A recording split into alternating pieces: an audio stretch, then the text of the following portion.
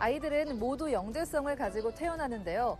누구나 가지고 있는 영재성을 적절한 시기에 자극을 하고 개발을 하면 얼마든지 영재로 자랄 수가 있습니다.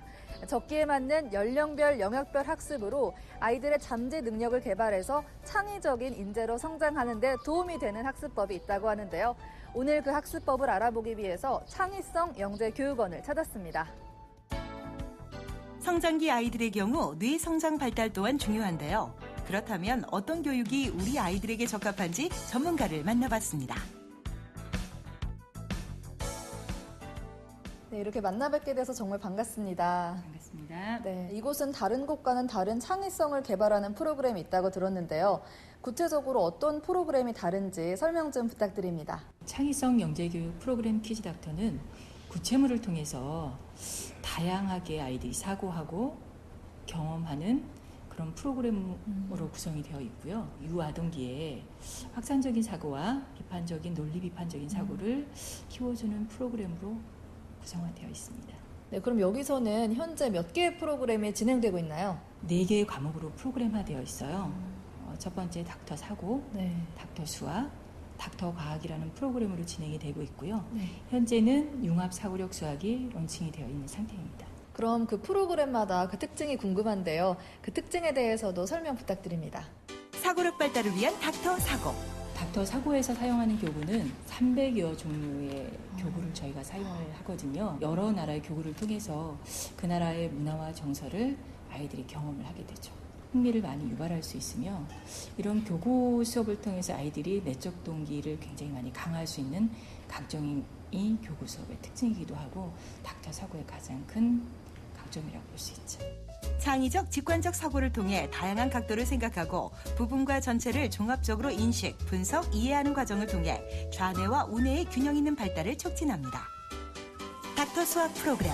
누구나 수학에 대해서 잘하고 싶지만 일정한 시간이 지나면 어려워하거든요.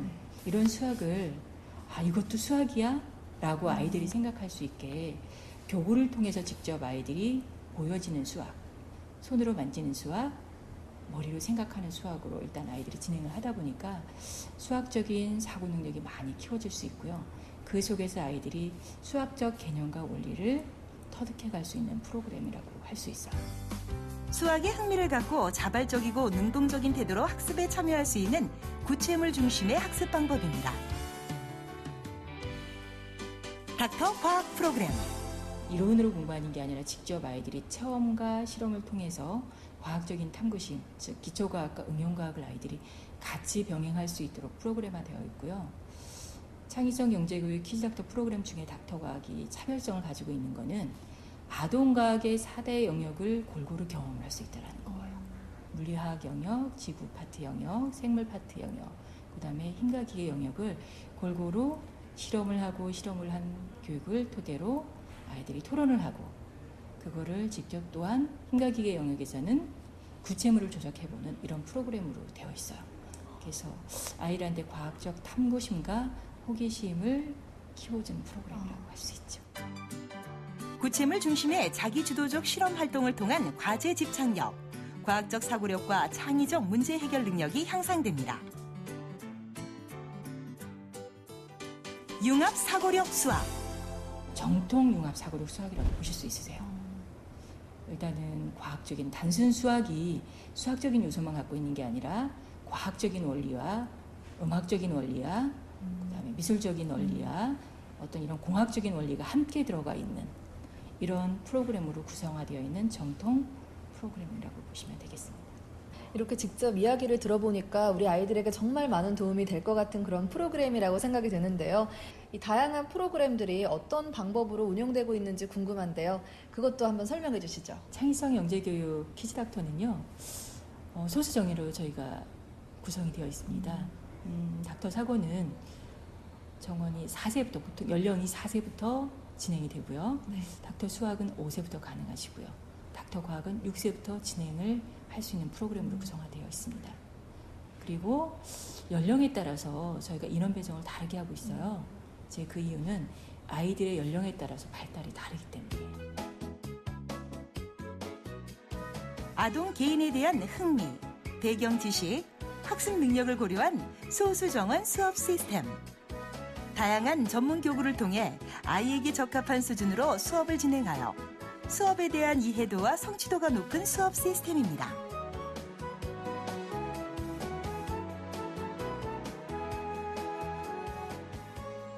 재밌어요. 키즈 작다 재밌어요. 얼마큼? 뭐 간단하지만 그래도 실제로 해보고 예, 실험해보고 그거 결과를 예상하고 또 그거를 작성하고 이런 게 좀 체계적인 그런 시스템이 좀 마음에 들었고요. 물론 뭐 과학도 마음에 들지만 뭐 사고라든가 수학 프로그램도 뭐 다양한 교구를 이제 매주 다르게 해서 네. 하니까 아이가 이제 첫째로 너무 오는 걸 즐거워하고요. 예, 그리고 수업이 끝난 다음에도 항상 이제 그거를 일상생활에서 이제 활용하려고 많이 하고. 2세부터 사실 보냈거든요. 말 못할 때부터. 근데 그것도 교육이라고 잠재된 게 나중에 2배로 나타나더라고요. 그리고 뭐랄까 생각하는 게 또래보다 깊고 그다음에 우선 책을 좋아하게 되고 또 학습 태도 그러니까 모든 면에서 엄마들이 바라는 그런 이상형인 그런 애로 자라고 있어서 정말 많이 주변에서 칭찬을 들어요.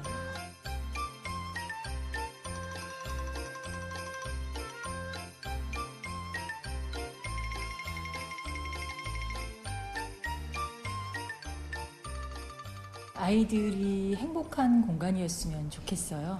누구나 아이들이 와서 즐겁게 스트레스를 해소하고 갈 수 있는 공간, 또 그리고 오랜 기간 동안 교육을 통해서 아이들이 변화되고 성장하는 과정을 지켜보는 게 가장 큰 저의 자긍심과 보람이라고 저는 생각을 하거든요. 정말 이 공간이 아이들한테는 천국이야라고 할 수 있는 그런 공간이 될 수 있도록 최선을 다해서 노력을 하고 지도하겠습니다. 네, 오늘 이렇게 직접 만나 뵙고 이야기를 나눠보니까 얼마나 아이들을 사랑하시는지 제가 너무 잘 느껴지는데요. 오늘 귀한 시간 내주셔서 너무 감사하고 좋은 말씀 너무 고맙습니다. 네, 저도 너무 감사했습니다. 네, 고맙습니다. 네, 수고하셨습니다.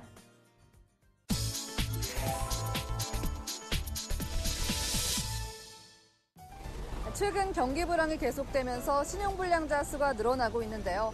잘못된 소비 습관과 낭비벽으로 신용불량자가 되는 사람들도 있지만 의도치 않게 부동산 경기 하락이나 보증 등 여러 가지 이유로 신용불량자가 되는 사람들도 있습니다. 이러한 사람들을 위해서 개인회생 제도가 있다고 하는데요.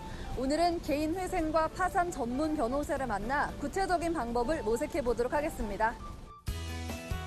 서울의 한 법무법인 사무실. 개인회생 파산 전문가를 만나기 위해 찾았다. 개인회생 파산 전문 권두영 변호사를 만나본다.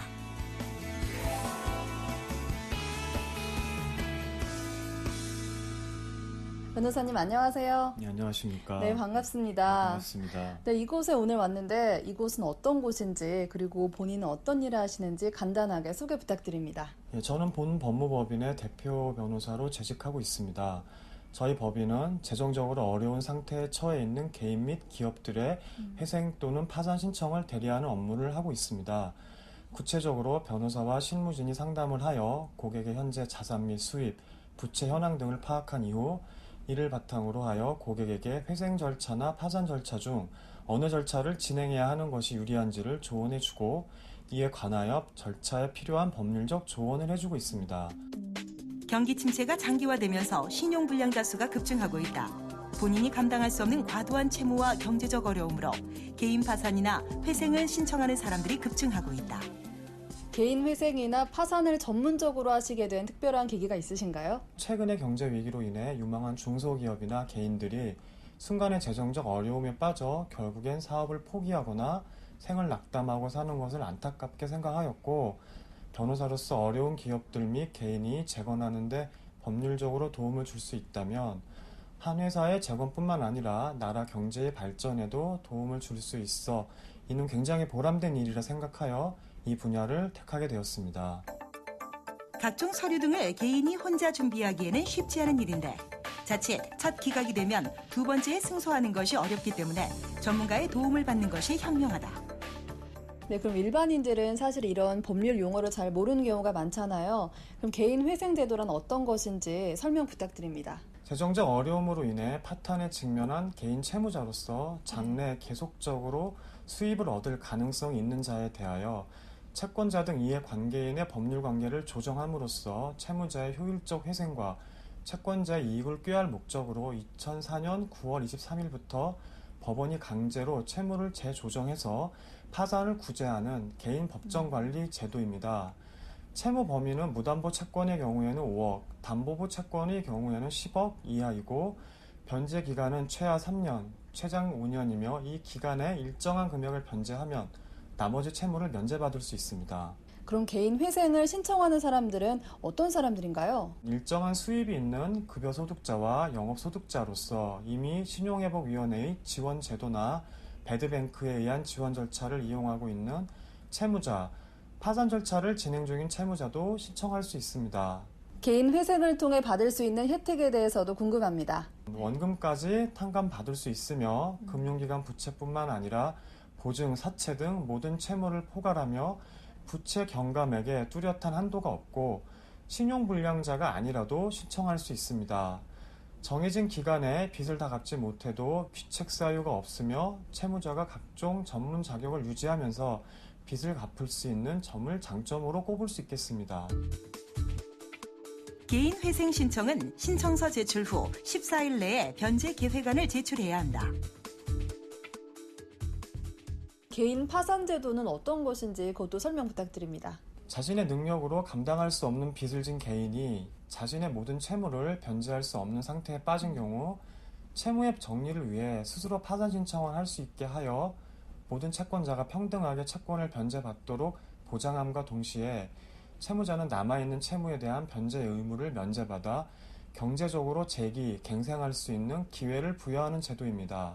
개인 파산은 어떤 사람들이 주로 신청을 하게 되나요? 파산 및 면책은 자신의 모든 채무를 변제할 수 없는 상태에 빠진 사람이 신청할 수 있으며 신용불량자가 아니라도 신청이 가능하고 법원은 파산 신청이 있는 경우에는 타당하다고 판단될 때 파산 선고를 한 이후 법원에서 선임하는 파산 관제인의 관리하에 자신의 모든 재산을 환가하여 채권자들에게 나눠주게 됩니다. 개인 파산을 통해서 얻을 수 있는 효과에 대해서도 설명 부탁드립니다. 일반적으로 파산 선고를 받은 자는 신원증명서에 파산 사실이 기재되어 공무원, 변호사, 기업체 이사 등이 될 수 없으며 금융기관에서 대출이나 신용카드도 발급받지 못하고 계좌도 개설할 수 없는 등 사회 경제적으로 많은 제약을 받게 되지만 파산 폐지 결정이 있은 후 1개월 이내에 법원에 면책 신청을 할 수 있습니다.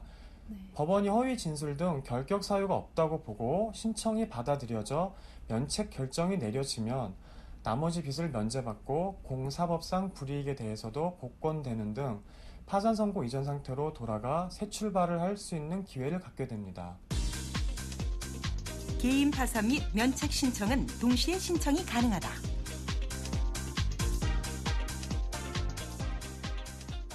네, 그럼 개인 회생이나 파산을 신청하시는 분들이 꼭 이것만은 알았으면 좋겠다 이렇게 생각하시는 것 있으세요? 회생 파산 절차가 진행되게 되면 채권자들의 반발이 매우 심하게 됩니다. 따라서 이 절차에 대한 충분한 이해와 납득을 채권자들에게 시키고 원만히 해결할 수 있도록 노력이 필요하다고 생각합니다. 그리고 마지막으로 회생 절차가 인가가 되고 변제 계획안에 따라 변제를 하게 된다면 인내심을 갖고 어렵지만 최선을 다해서 변제한다면 반드시 좋은 미래가 보장될 수 있을 것이라고 생각하게 됩니다. 앞으로의 계획과 목표도 궁금한데요. 한 말씀 해주시죠. 예, 재정적으로 어려운 사람들을 위해서 그 회생 및 파산 절차를 진행함으로 인하여 많은 분들에게 도움을 드렸고 이에 대한 많은 자부심도 갖고 있습니다. 근데 앞으로는 회생 파산 절차에 국한하지 않고 재정적으로 어려운 여건에 처해 있는 사람들을 위해서 많은 부분의 법률적 조언을 하여 이분들이 갱생할 수 있는 힘과 용기를 드릴 수 있도록 나름 여러 방면으로 최선을 다해 노력해 보겠습니다. 네, 오늘 이런 어려운 법률적 절차를 쉽게, 이해하기 쉽게 설명해 주셔서 정말 감사하고요. 귀한 시간 내주셔서 감사합니다. 네, 감사합니다. 네, 고맙습니다. 예.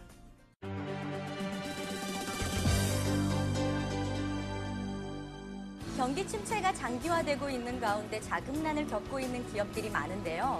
그로 인해 법률 문제도 늘어나고 있는 추세입니다. 오늘은 기업의 회생과 파산, 그리고 합병 분야의 전문 변호사분을 만나 자세한 얘기 들어보도록 하겠습니다.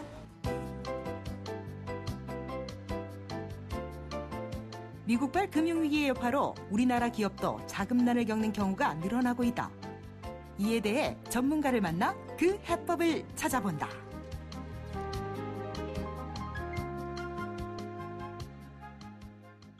오늘의 전문가는 기업 회생과 파산 및 M&A 전문 윤승진 변호사. 변호사님 안녕하세요. 네, 안녕하세요. 네, 요즘 기업 회생과 파산에 대한 관심이 굉장히 많아지고 네, 있는데요. 기업 회생과 기업 파산에 대한 그 개념에 대해서 설명을 좀 부탁드릴게요. 기업 회생이란 회사가 지금 일시적으로 어려웠을 때 법원을 통해서 변제기를 위해받고 기업이 다시 회생할 수 있는 기회를 주는 게 기업 회생 절차라고 하고요. 네. 기업 파산 같은 경우는 현재 그 자산을 전부 정리해서 지금 채권자에게 지금 현재 자산가로 해서 채권자들을 변제하는 것을 법인 파산이라고 합니다. 기업의 회생이나 기업의 파산은 어떨 때 선택을 하는 게 가장 좋을까요? 사업 전망은 좋으나 일시적으로 현금 유동성이 장애가 있다든가 회사 운영이 어려운 경우에 기업 회생 절차를 이용하게 되는데요. 이러한 경우에는 변제기가 유예가 되고 그다음 채권자들의 강제 집행이 중지가 되고요. 법원으로 통해서 일정 금액 채무 탕감을 받게 돼 있습니다. 장기 한 10년 정도까지 변제기를 유예해 주기 때문에 분할 변제할 수 있기 때문에 시간을 벌 수가 있고요. 기회를 통해서 기업이 회생 재기가 가능하고요. 네. 법인 파산 같은 경우는 자산이 보다 부채가 지나치게 초과된 상태에서 사업 전망이 불투명하거나 좋지 않은 경우 그때 법인 파산으로 가는 게 유리하다고 판단됩니다. 기업 회생과 파산 신청 건수는 해가 갈수록 늘어나 사회적으로도 큰 문제가 되고 있다.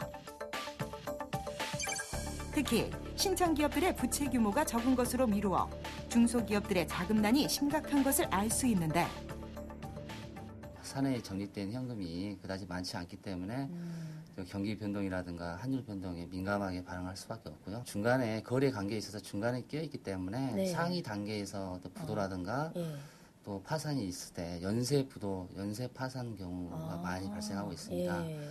회사를 유지할 수 있다는 점에서 경영인들은 그 기업 회생에 더 많은 관심을 가질 것 같은데요. 기업 회생을 신청만 하면 누구나 다 할 수 있는 건가요? 신청하는 자격은 특별히 규제는 없지만 법원에서 가장 중점적으로 보는 게 청산가치하고 계속기업가치라는 용어를 사용합니다. 네. 청산가치는 지금 현재 자산을 현재의 가치로 평가해서 채권자들에게 변제할 수 있는 율 몇 퍼센트 정도 되냐 이걸 청산가치라고 그러고요. 계속기업가치는 10년 동안 회사가 계속 운영됐을 때 창출되는 수익이 얼마나 되겠냐 그걸로서 채권자에게 변제하면 변제율이 얼마나 되겠느냐라는 용어입니다. 네. 그래서 계속기업가치가 높으면 기업 회생 절차가 어느 정도 성공적으로 마무리가 될 수 있고요. 그 계속기업가치가 낮으면 파산 절차로 이관되게 되어 있습니다. 기업 회생은 신청권자의 신청으로 개시되는데 관리인은 이에 대해 채권자의 동의를 얻고 기업은 회생에 대한 계획안을 제출해 인가를 받아야 한다. 회생 신청에서 인가까지의 절차는 통상적으로 8개월 정도가 소요된다. 회생 신청을 하면은 거래처와의 계약 해지라든지 직원 이탈 같은 사내 분위기 때문에 경영자분들이 좀 많이 망설이실 것 같은데요.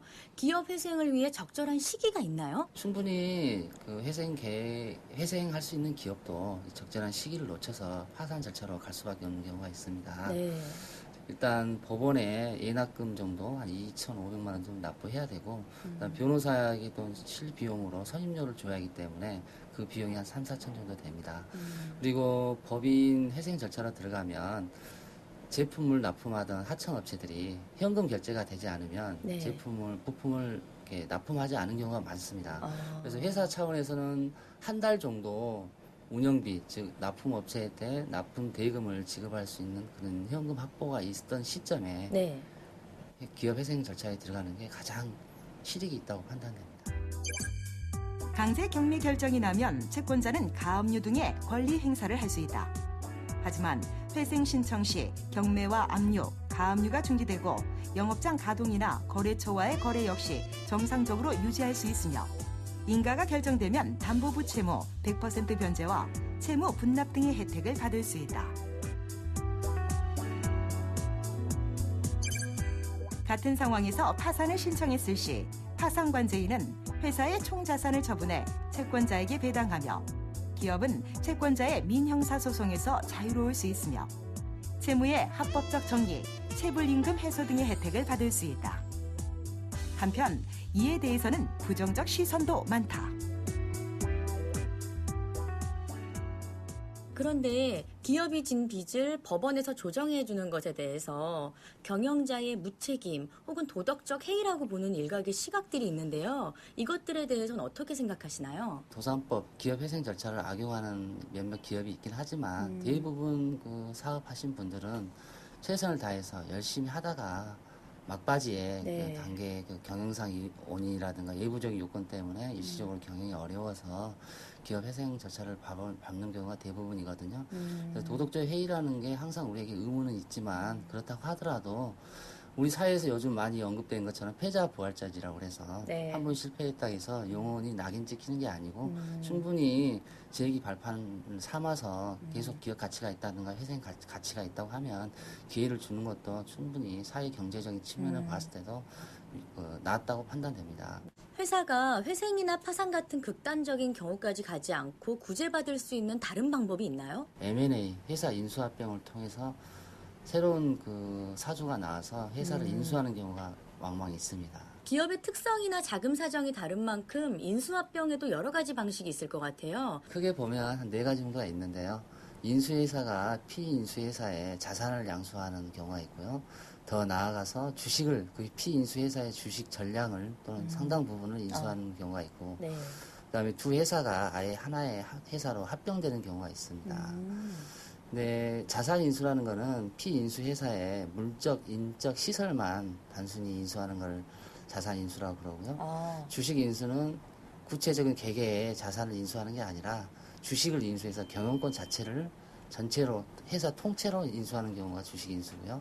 합병 같은 경우는 두 회사가 법인을 해산하고 네. 하나의 회사로 신설 합병하는 경우가 있고요.